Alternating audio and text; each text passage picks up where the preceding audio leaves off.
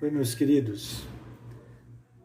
Hoje continuamos o nosso curso de hermenêutica. Estamos na regra de número 6, consultar passagens paralelas.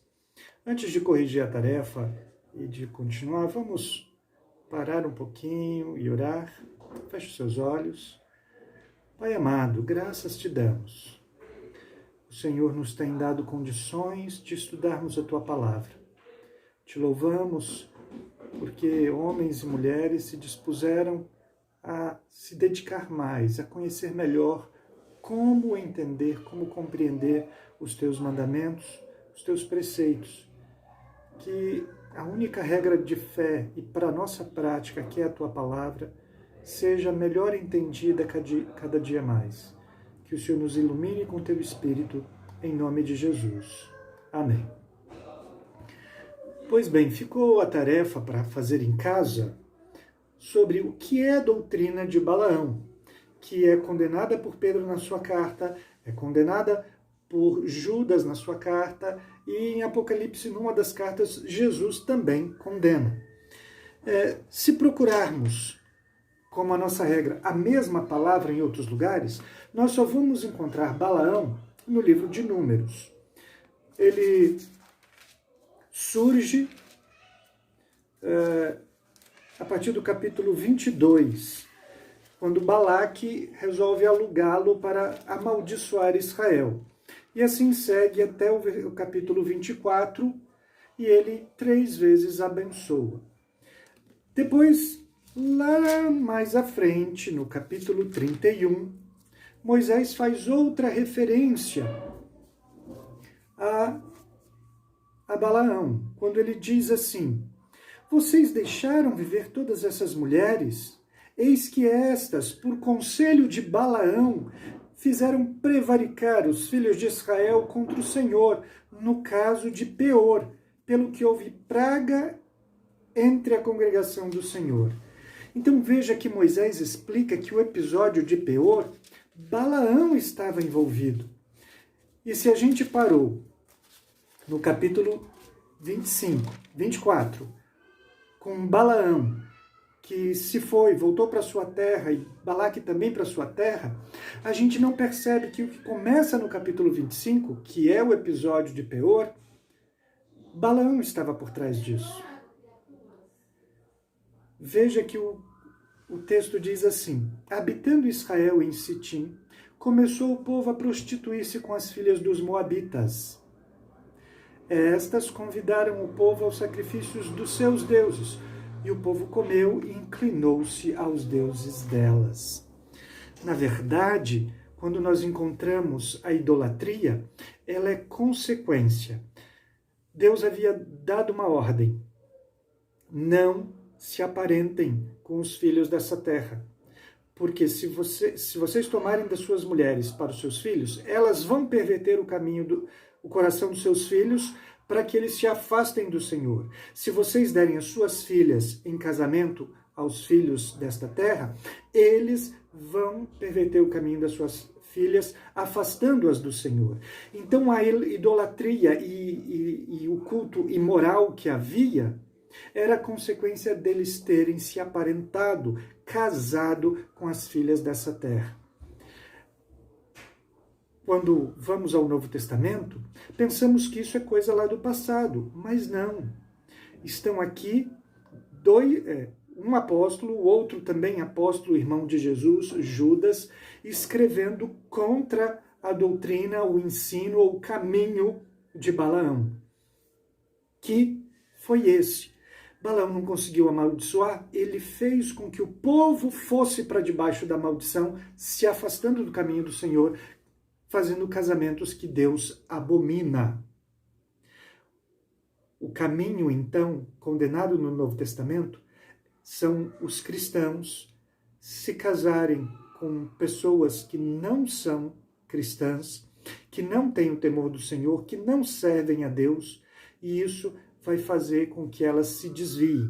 Aí as consequências pode ser a imoralidade, ou como alguns colocaram como resposta, de tentar justificar as coisas, como faziam os nicolaítas, tentar arranjar um palavrório que justifique os seus atos errados, a sua participação nas festas mundanas. Tudo isso é consequência do caminho, do erro, da doutrina de Balaão, que é misturar-se no casamento.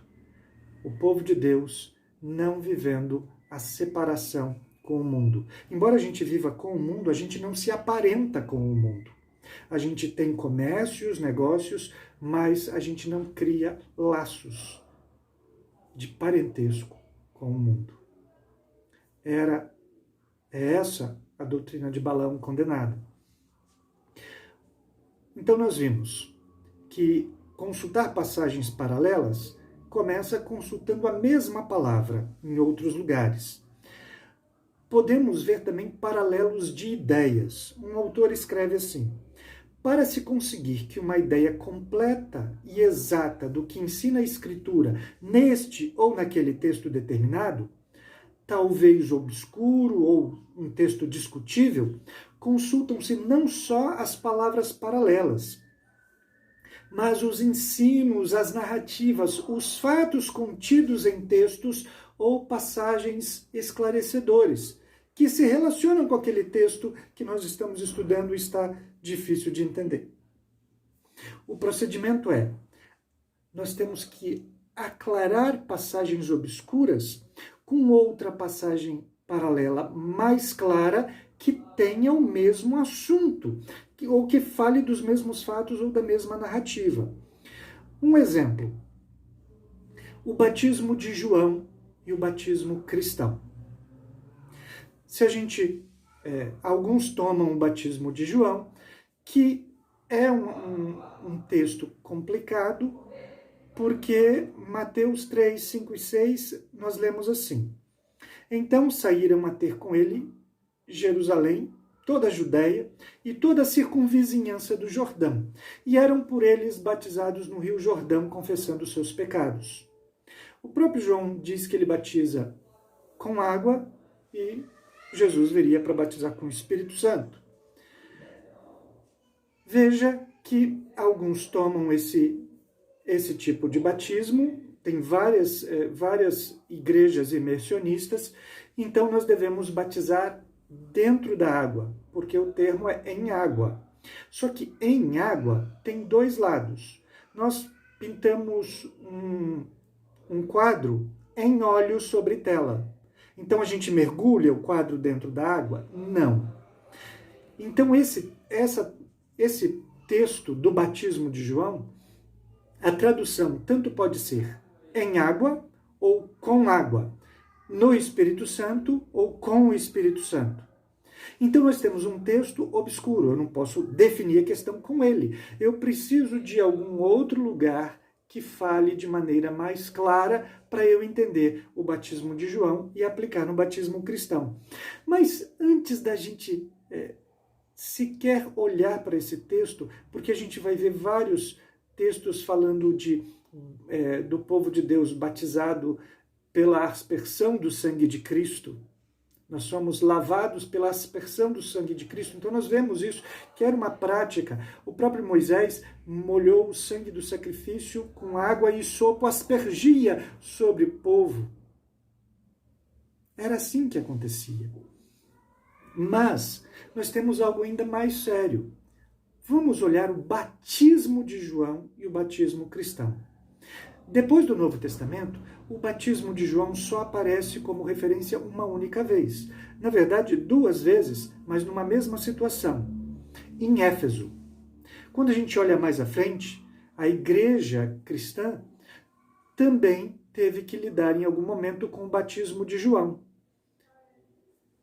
Eu vou ler para os irmãos Atos 18, de 24 a 26.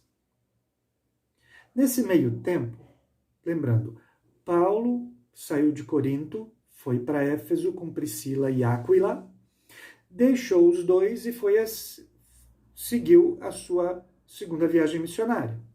Nesse meio tempo, chegou a Éfeso um judeu natural de Alexandria chamado Apolo, homem eloquente e poderoso nas Escrituras. Era ele instruído no caminho do Senhor e, sendo fervoroso de espírito, falava e ensinava com precisão a respeito de Jesus, conhecendo apenas o batismo de João. Ele, pois, começou a falar ousadamente na sinagoga. Ouvindo, porém, Priscila e Áquila, tomaram-no consigo e com mais exatidão lhe expuseram o caminho de Deus.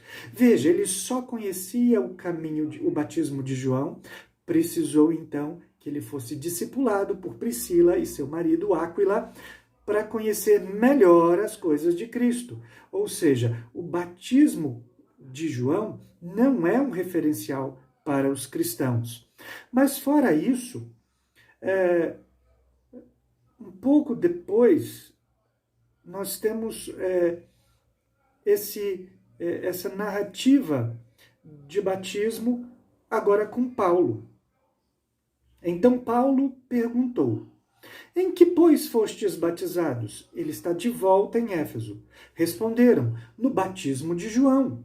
Disse-lhes Paulo: João batizou o batismo de arrependimento, dizendo ao povo que cresce naquele que vinha depois dele, a saber, Jesus.